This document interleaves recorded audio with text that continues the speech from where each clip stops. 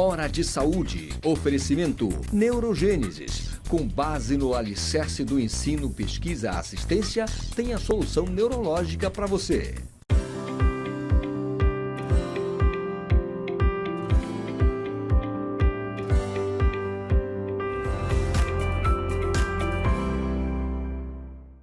Caros amigos, mais uma vez no nosso programa dominical de saúde, Hora de Saúde, que é transmitida para todo o estado do Pará pela TV RBA, canal 13 aqui em Belém, e neste exato momento para o mundo inteiro pelo link rbatv.dol.com.br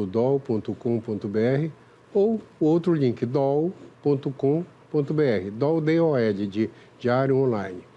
E esse nosso programa tem o apoio da Neurogênesis. A neurogênese é que trata de todas as doenças neurológicas na nossa região, tanto neuroclínica, neuropediatria, neurointervenção e neurocirurgia, capitaneada pelos irmãos Eric e Fernando Pascoal.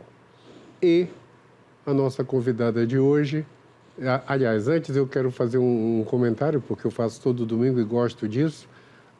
Esse nosso programa é assistido no mundo inteiro, do Canadá até a Noruega, da Rússia até Buenos Aires, de Luanda, na África, a toda a Europa Ocidental. Assim que acaba o programa, chegam os WhatsApps comentando.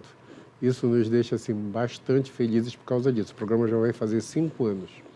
E a nossa convidada de hoje é muito especial, muito, muito mesmo. A professora doutora Rita Medeiros.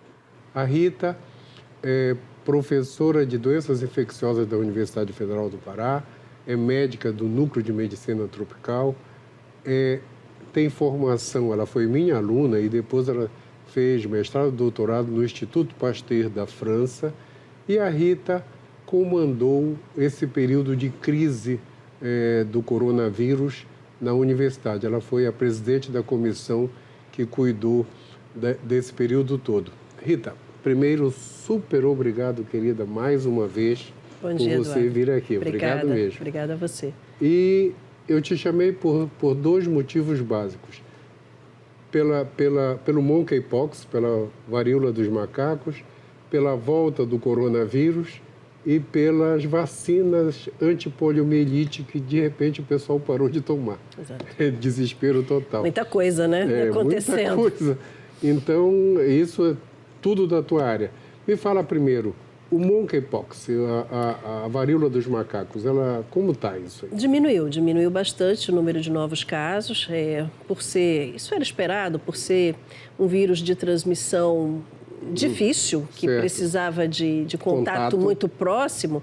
A partir do momento que foi divulgado, que as pessoas tomaram maior cuidado e prevenção, os casos, então, foram diminuindo pouco a pouco. Nós estamos livres, obviamente, do problema, mas não houve uma explosão de casos, que era o temor algumas semanas atrás. Eu sei, isso preocupou bastante.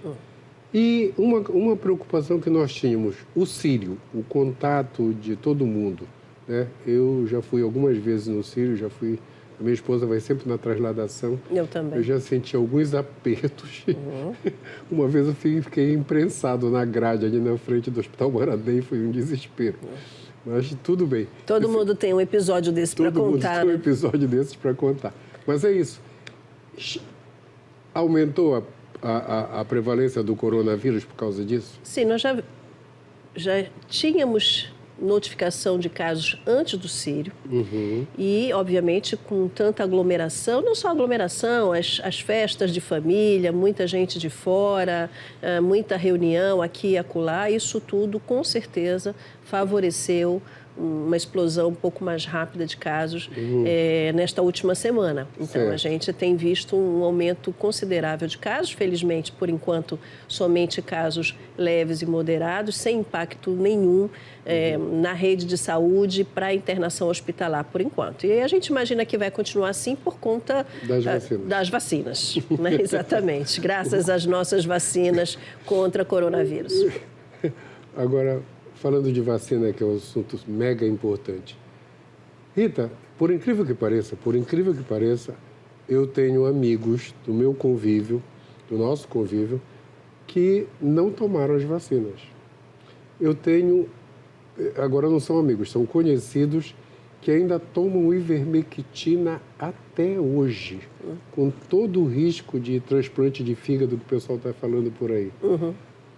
Isso aí, o que é que... Eu até tinha respirado um bom tempo, alguns meses, sem essa pressão aí. Tem gente entrando em intoxicação por vitamina D. Exato. Vitamina D em excesso. E essa semana eu atendi um paciente no consultório, um senhor de 77 anos, tomando ivermectina desde que começou a... E eu sinto que eu não convenci ele a parar de tomar, tá? Não, porque infelizmente temos colegas médicos que incentivam essa prática. A gente não entende como, porque nenhum órgão de saúde sério no mundo recomenda o uso de ivermectina. E, ao contrário, todos eles recomendam a vacinação. Então, a vacinação é a medida que a gente tem de combate contra a Covid-19, ainda é. Então, todos precisamos estar vacinados. Essas medicações, elas foram comprovadas que não têm eficácia alguma, nem no tratamento, nem na prevenção. Então, é gastar dinheiro e é manter um discurso negacionista que tanto a gente combate e que ainda está aí, infelizmente. Ainda tem muito médico prescrevendo ivermectina com... Eu não peguei muitos pacientes no consultório com essas receitas, mas ainda há vários equívocos. Fazendo azitromicina logo de cara para uma doença viral, fazendo corticoide na primeira semana, isso também não está indicado, não tem por que fazer corticoide na primeira semana, já que na primeira semana a gente quer que o vírus vá embora. Então, se a gente dá corticoide, o corticoide vai segurar o sistema imunológico, quer dizer, vai segurar o sistema imunológico e com isso o vírus vai perpetuar, né, um pouco mais de tempo. A eterna preocupação que todo mundo tem quando tem infecção e uso de corticoide. Exatamente. A eterna preocupação. Exatamente. A gente só usa corticoide na Covid em caso de inflamação grave, já na segunda semana de doença, com indicação muito específica. As pessoas deviam saber que o corticoide diminui o sistema imunológico. Exatamente. Exatamente. Diante de uma doença viral, não é para fazer. Existem algumas situações de doenças infecciosas que a gente faz corticoide simultaneamente ao tratamento específico. A tuberculose em algumas formas, por exemplo. Mas são situações muito específicas. Agora vamos lá. Minha amiga, vacina é uma coisa que nunca se discutiu no mundo. Tem que tomar. Isso. Eu cresci aprendendo isso. Tenho as minhas marquinhas no braço. Uma é BCG, a outra é a varíola. A outra é a varíola. Todo mundo tem, a nossa geração, todo mundo tem as marquinhas. Eu lembro que caía na prova. Exatamente. De que lado era a marca. Agora, então nunca se discutiu. E agora o governo está pedindo, pelo amor de Deus, para o pessoal ir vacinar contra eu não vou nem falar, eu vou falar o clássico, a paralisia infantil, né? Que não existia mais. E agora está voltando porque as crianças não estão sendo vacinadas. Comenta isso, porque isso está me desesperando toda vez que eu vejo alguém mostrar, olha, era para vacinar 1 milhão, mas só vieram 200 mil. Em algumas regiões do país não chegaram nem a vacinar 50% da meta, né, que deveria ser vacinada neste momento. Isso é uma tristeza muito grande. Nós sempre, o Brasil foi exemplo em vacinação para o mundo. Nós sempre tivemos as maiores taxas de cobertura vacinal para poliomielite, para sarampo, rubéola, para todas as doenças que se tem vacina. E, de repente, nós desabamos. A Europa está vacinando bem e nós estamos vacinando muito mal. Não tenho dúvida que isso é um efeito deletério da campanha antivacina que nós tivemos durante a pandemia de Covid-19.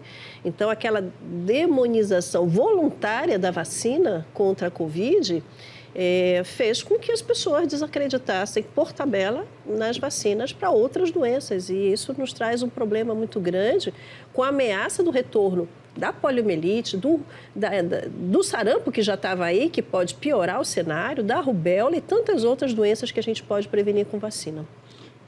Isso é meio chocante falar, mas muita gente da nossa área entrou na história da antivacina, né? Eu lembro que um dia eu estava fazendo um cateterismo no hospital e a técnica de enfermagem falou: eu não vou tomar a vacina para o coronavírus. E aí o outro técnico que estava na sala disse: eu também não. E aí o anestesista presente disse: eu também não. Aff, Maria. Então, ou seja, reforçou o que eles... Isso no começo. No começo, na época da ivermectina, da azitromicina, da cloroquina. Ainda da cloroquina? E aí, eu fico imaginando essa chamada de atenção. Não, vacina é uma coisa que a gente vai discutir agora para ver se é real, se não é, porque não pode sair aplicando assim. Exato. Aí o outro vai e fala que dá AIDS. Exato. Que vira jacaré. Exato. Né? Alguém falou para ele. Alguém da área disse que podia dar uma mutação. Eu vi um monte de gente explicando na internet por que ia dar mutação do coronavírus. Eu vi médico dizendo: olha, aqui está o DNA, mas o DNA pode quebrar. E aí, quer dizer, justificar até a história do virar jacaré que o outro colocou no dia a dia. Na metáfora que ele colocou, né? Ou então do que vai pegar AIDS, né? E isso apavorou muita gente. Claro. O que é implantar um chip na gente para manipular depois a nossa mente ou nos rastrear todo o nosso pensamento, o que fazemos todo dia. Gente, foi um absurdo, é muita mentira, e a gente tentando combater todas essas mentiras todos os dias era muito desgastante. Não, eu te imagino, porque imagina, a gente está falando disso faz 2 anos, direto, né? Só nesse programa a gente já conversou com quase todo mundo da área, do pessoal da genética, a vocês que tratam a doença. Todo mundo chamando a atenção e mesmo assim, o que me chateia, Rita, me chateia mesmo, eu acho que a palavra é essa, é gente da nossa área, que trabalha com a gente, que estudou medicina, que estudou genética, fez vestibular igual a gente, estudou doenças infecciosas igual todo mundo, sendo anti-imunologia, né? Isso deixa a gente chocado total. Falando distorções absurdas sobre genética, sobre imunologia, sobre virologia, né? Inventaram e realmente colocaram que o vírus foi inventado por um país para destruir os outros, enfim, não tem sentido nenhum. As pessoas realmente compram mensagens baratas e divulgam como se fosse verdade. Como a gente está vivendo agora. A gente estava combatendo o negacionismo na área de saúde e agora a gente está combatendo mentiras, né, no cenário que a gente está vivendo político hoje. Isso é... Mas esse comentário eu quero que tu faça a seguir, porque na área de saúde é super importante. Pessoal, nosso primeiro tempo acabou, mas a gente volta já nessa conversa de informação com a professora Rita Medeiros. Só um instantinho.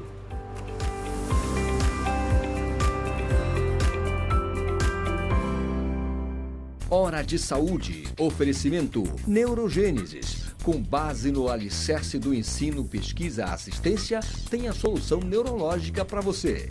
A Neurogênesis atua no mercado de saúde com produtos e serviços que se moldam às diversas tendências da transformação digital. Tem como foco estratégias de atuação na Neurosaúde 4.0. O objetivo é revolucionar o atendimento médico e multiprofissional no contexto da neurociência, com entrega personalizada do diagnóstico à reabilitação neurológica. Neurogênesis, educação, pesquisa e assistência. Fones 984-510900, 3085-1600. Rua Municipalidade 985, 19º andar. Hora de Saúde. Oferecimento Neurogênesis. Com base no alicerce do ensino, pesquisa, assistência, tem a solução neurológica para você.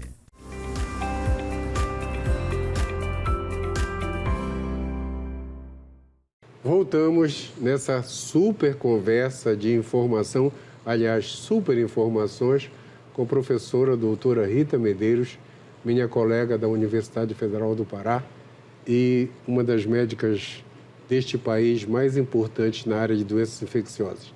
Rita, fake news. Essa era uma coisa que no nosso tempo chamava fofoquinha.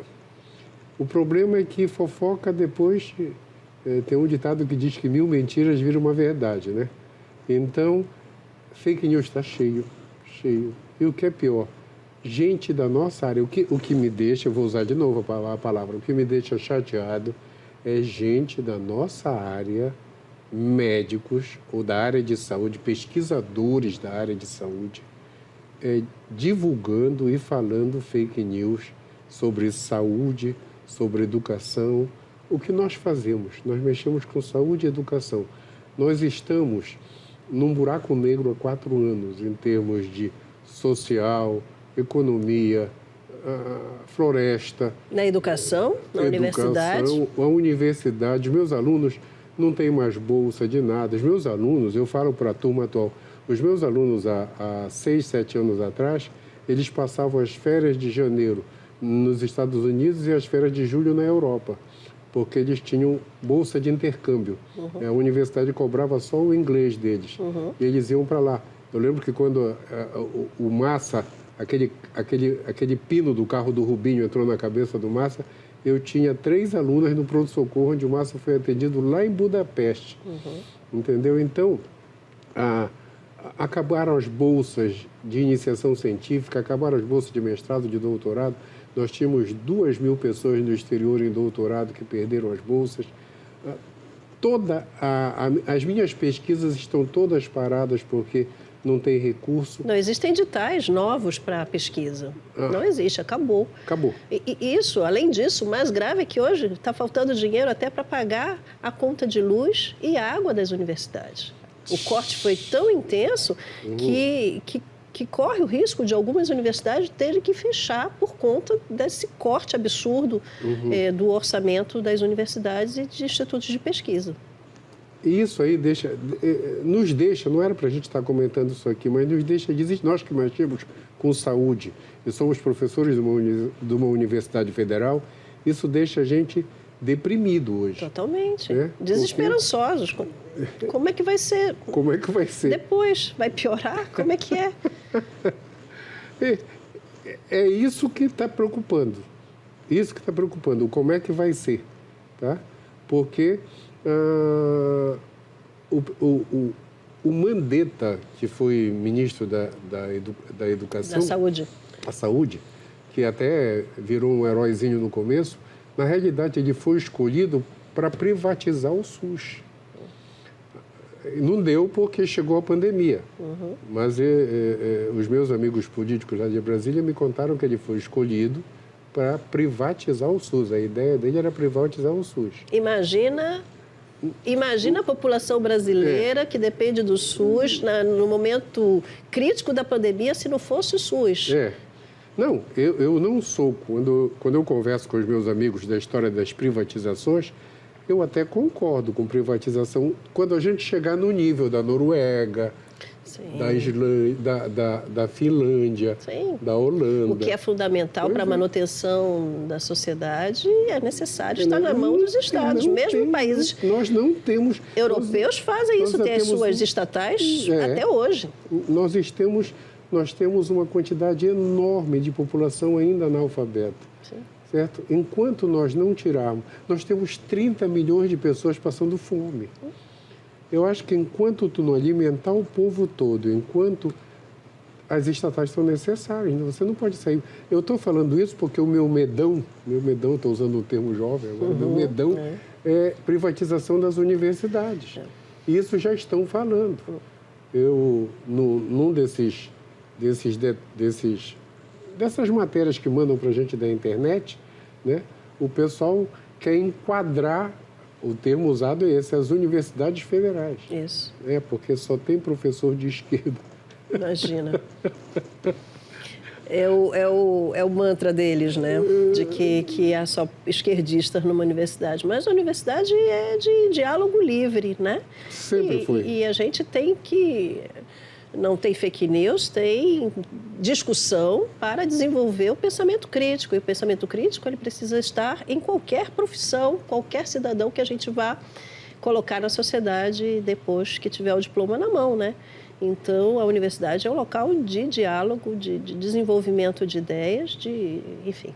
E isso incomoda muita gente. Para qualquer país que pretende ser totalitário, a primeira coisa, além de mexer com a Suprema Corte, é calar as universidades, porque é um ambiente de resistência, sempre foi em qualquer lugar do mundo. Então, foi essa forma que o presidente da Hungria, por exemplo, adotou, que é um totalitário lá na Hungria, que está no poder há 2 décadas e que engessou as universidades, calou a mídia e mexeu na Suprema Corte. Então, a forma de chegar onde alguns querem chegar é fazendo e mexendo com as universidades. E esses são os planos de alguns agora, né?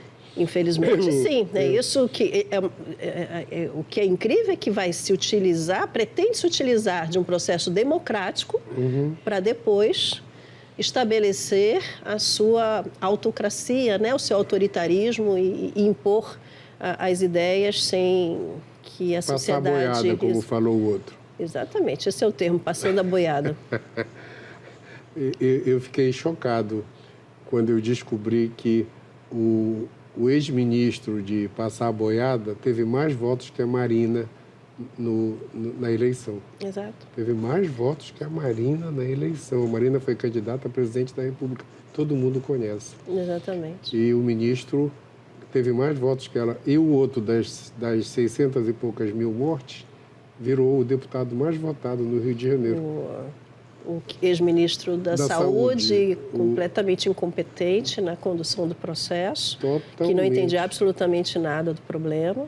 Infelizmente, são discussões extremamente aberrantes e distorcidas e que a sociedade absorve de uma forma equivocada. Eu não consigo entender como alguém vendo tudo isso ainda vota numa pessoa desse tipo. Não consigo.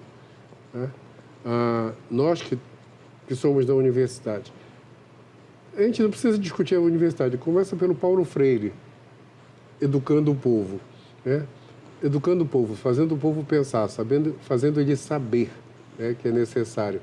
Então, eu lembro que em 2018, antes da eleição, tinham 2 pacientes meus do Barro Barreto, e aí eu estava, no final do consultório, eu estava só preenchendo aquele monte de papel e tinham eles conversando entre eles. E aí um disse assim para o outro: tu não vai votar no capitão? E o outro simplesmente falou assim: meu amigo, eu estudei. Foi o melhor comentário que eu já vi até hoje. Foi assim: meu amigo, eu estudei. Entendeu? Então, mas eu conheço gente que sabe ler, que faz fake news. Exatamente, gente que conhece, que tem a técnica do pensamento científico, do método científico e fica nas redes sociais propagando mentiras, as ditas fake news, né? Distorcem. Quer dizer, não é desconhecimento, aí é má fé mesmo, é para manipular a opinião da população em geral para que a coisa seja totalmente distorcida. Está sendo feito para isso mesmo. Certo. E a gente que está discutindo saúde aqui, de repente entrou nessa discussão por causa de vacina. Exatamente. Que resulta em morte. Exatamente. Né? Nós vamos fazer 700 mil mortes pelo coronavírus, porque faltou vacina no começo, porque quiseram comprar vacina. Porque não houve um comando geral, não era... nenhum país conduziu corretamente o seu plano se não houvesse diretrizes da área central do país para organizar as atividades necessárias para combater e minimizar os danos da pandemia. Então, ficou uma briga eterna durante esses 2 anos. O governo de São Paulo comprou vacina, o resto não tinha. Exato. E houve muita publicidade, inclusive em nível central, de medicações que não foram comprovadas e que poderiam, inclusive, trazer danos para quem tomasse lá no início da pandemia. Discurso anti-vacina, foi isso que motivou muita gente a desconfiar da vacina, né? Não é inocente, não. Tem gente culpada nessa história toda.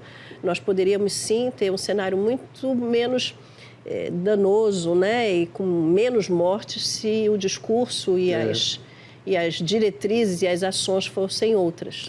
Todo mundo perdeu gente muito chegada. Todo mundo. Né? Por uma coisa que podia não ter acontecido. Com certeza. Aí vem aquela velha frase, se eu pudesse voltar no tempo. Né? Se a gente pudesse voltar no tempo. Porque hoje, as vacinas foram tão fantásticas que quem está tendo hoje não está tendo problema de internação, de gravidade, de intubação. Exatamente. Né? Exatamente. Por quê? Porque tomou as 4 doses. Mas tem gente que não tomou. E ainda ficam falando mentiras. Disseram que, por exemplo, crianças não morrem por Covid. Está aí o número oficial do próprio Ministério da Saúde, mostrando que centenas de crianças morreram por conta da Covid. Então, isso é muito irresponsável e a gente vai sofrer, não foi só na pandemia, a gente vai sofrer nas estratégias de saúde como um todo. E já estamos hoje com uma baixa cobertura vacinal para toda a população, com ameaça de volta da poliomielite, com explosão de casos de sarampo, que são doenças que a gente já tinha vencido há muito tempo. É isso, minha amiga. Esperemos que o buraco negro acabe. Tomara, né? Estamos esperançosos. Esses 4 anos de buraco negro em que nada de bom aconteceu nas nossas áreas. Né? Vamos ser específicos. Na saúde, e na educação, exatamente. Rita, o nosso programa está no fim. Tu dedica o programa agora. Tá?